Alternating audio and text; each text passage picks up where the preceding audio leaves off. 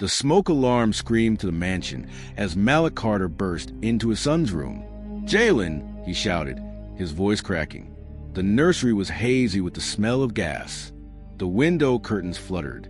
Toys were scattered across the floor. And right there, beside the crib, lay Keisha Daniels motionless, her dark skin glistening with sweat, one arm curved protectively around his 2-year-old son. Malik's heart slammed against his ribs. He snatched Jalen into his arms. The child coughed weakly, eyes rolling back. "Somebody call 911, he yelled down the hallway.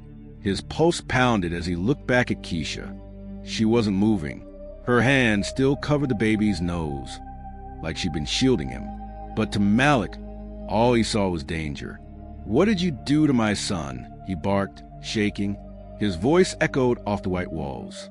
He didn't see the spilled bottle of bleach near the heater, the flickering pilot light, or the damp towel she had pressed against the crack under the door.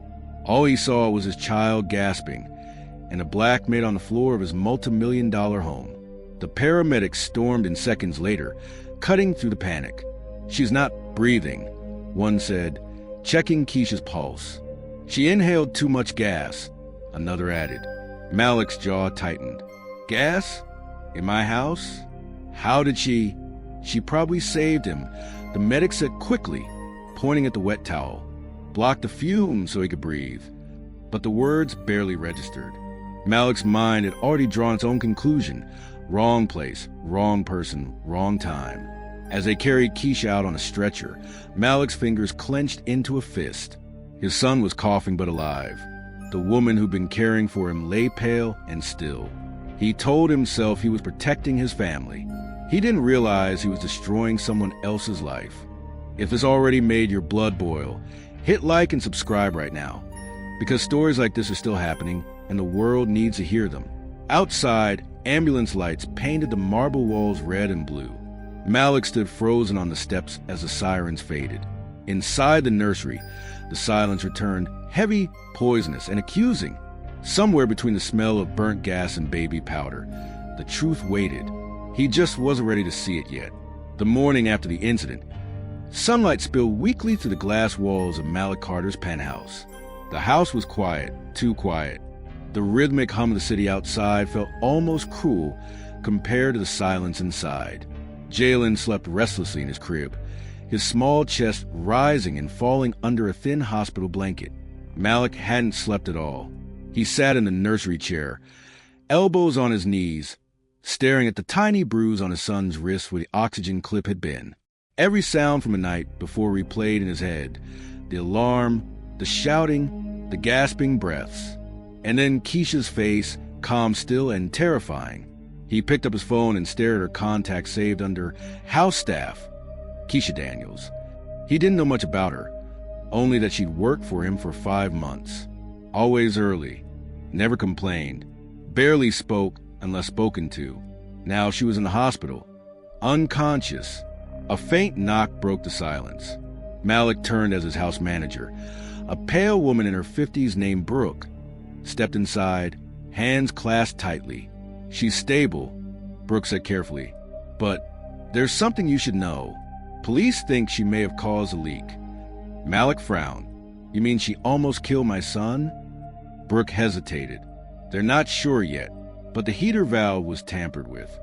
He stared at her, disbelief turning into anger. "You're saying she did this on purpose?" Brooke didn't answer. She didn't need to. The silence between them carried the same old weight. The unspoken assumption that the maid's skin color made guilt easier to believe. Hours later, Malik walked into his office downtown, but the smell of gas still haunted him. His assistant greeted him nervously. Reporters had already heard whispers about a domestic accident at the Carter residence. Malik waved them off. Behind his tinted office windows, he told himself he'd done nothing wrong. He was a protector, a father, a man who built his empire on control. But in truth, he couldn't control the image burned into his memory. Keisha collapsing beside his son, her hand shielding the child she wasn't even related to. He tried to shake it off, but guilt doesn't fade when it's rooted in fear. And deep down, Malik knew he hadn't seen everything that night. The next afternoon, Malik stood in the hallway of St. Mary's Medical Center, his suit perfectly pressed, but his face tired and lined with sleepless guilt. Through the glass window, Keisha Daniels lay motionless, and snaking into her arm, a monitor tracing faint heartbeats. A nurse stepped out quietly. She inhaled too much carbon monoxide, she said. If she hadn't blocked that door gap, the little boy wouldn't have made it. Malik blinked. She saved him. The nurse nodded. You're lucky she acted fast. But the words only deepened his confusion. Brooke had told him the police suspected tampering, and the paramedics had mentioned the same. He didn't know which truth to believe. He took a hesitant step closer, his eyes softening. Why would she risk her life? He murmured. Before the nurse could answer, the door opened. Two detectives entered, one middle-aged white man, one younger black woman. Mr. Carter, the older detective said, we just need to clarify a few things. You mentioned the maid had been acting strange lately? Malik hesitated. I didn't say, the detective interrupted. Your house manager did. Said the woman asked for a raise last week, looked desperate. The younger detective, Officer Nia Rogers, studied him quietly. Sometimes people take risks when they're scared, she said softly. But sometimes they're just heroes. Malik's jaw tightened. I'm not calling anyone a hero until I know what really happened. The detectives exchanged a glance. The older one handed him a folder. We found residue on the gas valve, fingerprints. Hers. Malik froze. So she did touch it. Could have been while cleaning, Nia countered. Or could have been something else. We'll know more when she wakes up. He didn't wait for more explanations. He walked out, his chest burning with anger and something darker. That night, Malik sat at his kitchen counter, a glass of scotch untouched beside him. Jalen's soft breathing echoed from the baby monitor. Brooke hovered nearby. She's dangerous, Brooke said coldly. I warned you she was too emotional. People like that don't belong in homes like this. Malik rubbed his temples. Enough. I'm only saying what everyone's thinking, she continued. You trusted her around your son, and now... Enough, he snapped, his voice shaking the marble walls. Brooke flinched but smiled faintly. You'll see, Mr. Carter. Sympathy can blind even the smartest man. Malik turned away, gripping the counter till his knuckles whitened. Maybe she was right. Maybe he was a fool. But deep inside, something in him whispered, what if you're wrong again? If this happened right in front of you, what would you do? Tell me in the comments. I read every one. And if you want justice as much as I do, hit subscribe. 3 days later, Malik's phone buzzed as he sat in his office, staring blankly at the skyline. The caller ID read Dr. Naomi Ellis, child therapist. He frowned and answered, Yes. Mr. Carter, Dr. Ellis began calmly. I'm working with your son. He's showing signs of emotional withdrawal, fear, confusion, trauma. Has he been around anyone recently he was attached to? Malik hesitated. He had a nanny, Keisha. She's injured, Ellis finished. Yes. I reviewed your home security feed. May I send you a clip? Minutes later, an email arrived with the subject line, Footage Nursery, 11:46 p.m. Malik clicked. The video opened with grainy night vision footage. He watched Keisha rush into the nursery, holding a wet towel. She covered the door crack, lifted Jalen, and began fanning away the smoke. Her lips moved softly, singing, even as her breathing slowed. Then, a faint shadow crossed the frame. Brooke entered the hallway, paused, and pressed something near the heater. Seconds later, Keisha's body jerked, then collapsed. Malik froze. The air left his lungs. He replayed it twice, then again, unable to blink. It wasn't Keisha. It was Brooke, the same woman who had whispered poison into his ear, the same woman who told police about tampering. Malik slammed his laptop shut, heart pounding. Shame clawed through his chest. He remembered the way he'd shouted at Keisha, the look in her eyes before she lost consciousness, the way his own voice had sounded, cruel, distrustful, cold. He stood abruptly, grabbing his keys. Within minutes, he was in his car, tires screeching as he sped toward St. Mary's. Inside the hospital, Keisha was awake now, sitting weakly by the window, sunlight brushing her face. When Malik entered, she flinched. "Why are you here?" she asked quietly. He swallowed hard. "Because I was wrong." Her voice cracked. "You call me a liar. You let them accuse me." Malik's eyes glistened. "I know, and I'm not asking for forgiveness. I just came to say thank you and to make this right." Keisha turned away, tears rolling silently. "Then start by telling the truth." He nodded. "I will." The next morning, Malik stood in the marble floor of his mansion as two officers led Brooke away in handcuffs.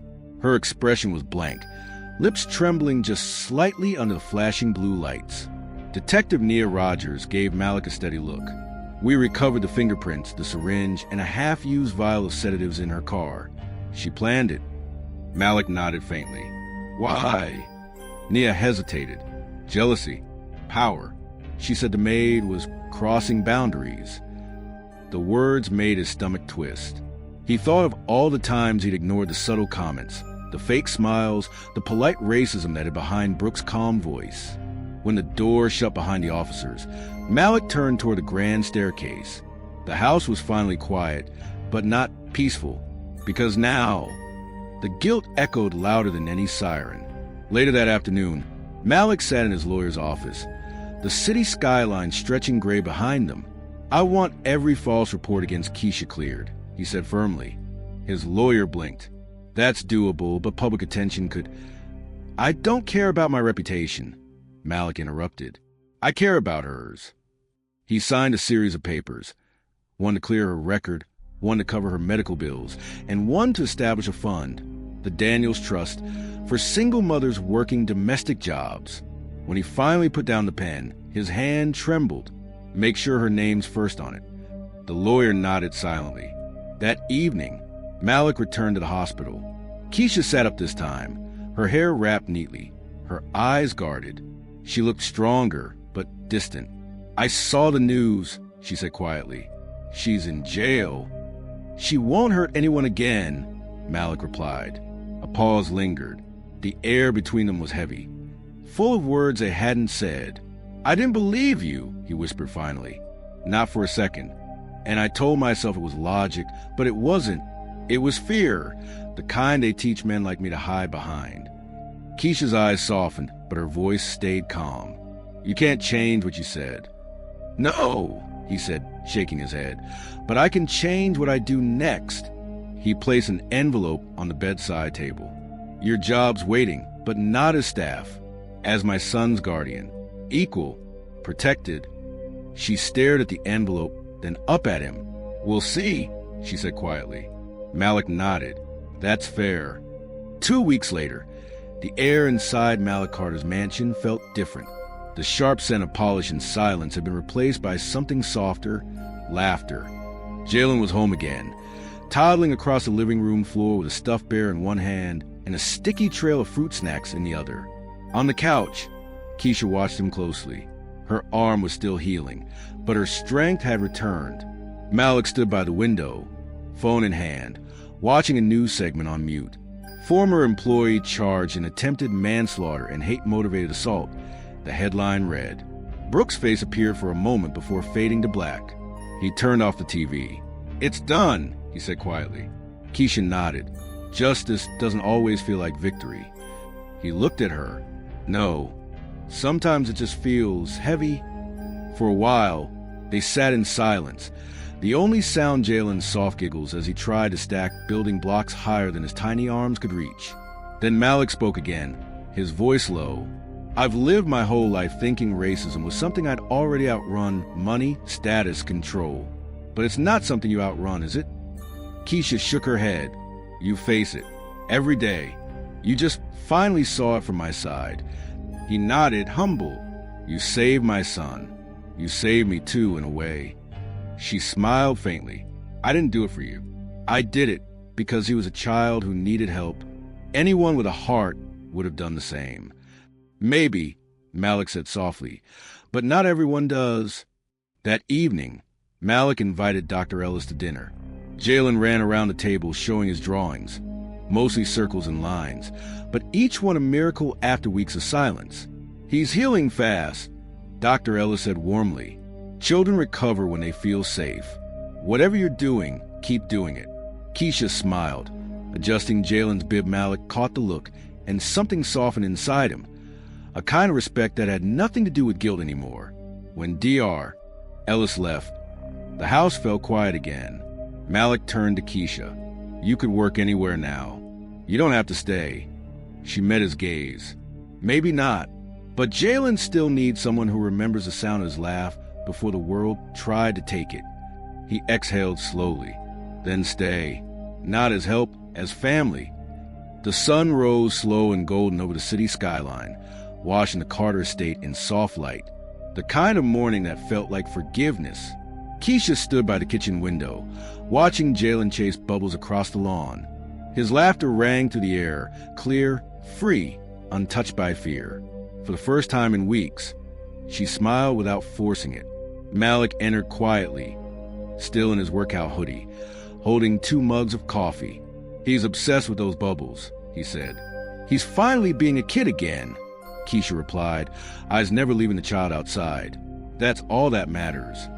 They stood side by side, the silence between them no longer cold, just real.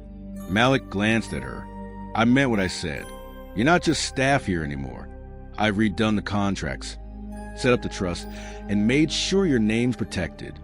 Keisha looked at him, surprised. "You didn't have to do all that." "Yes, I did," he said softly.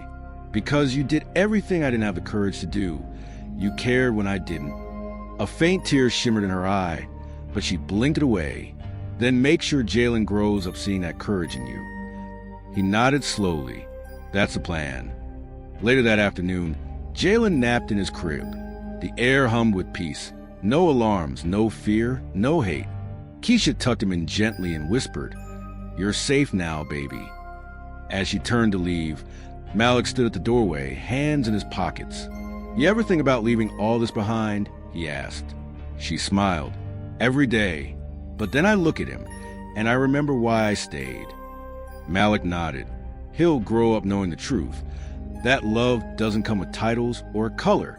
Keisha walked past him toward the hallway, her footsteps soft against the wooden floor, before disappearing around the corner. She said quietly, "And maybe you finally learn what matters." Malik looked at his sleeping son, the small rise and fall of his chest, and whispered, "I did." The house, once haunted by silence and suspicion, now carried only the sound of breathing, laughter, and life. Because sometimes justice isn't a courtroom verdict. It's a second chance that actually lasts. If you believe this should never happen again, share this now. And to my USA, UK, and Canadian viewers, your voice is power. Use it.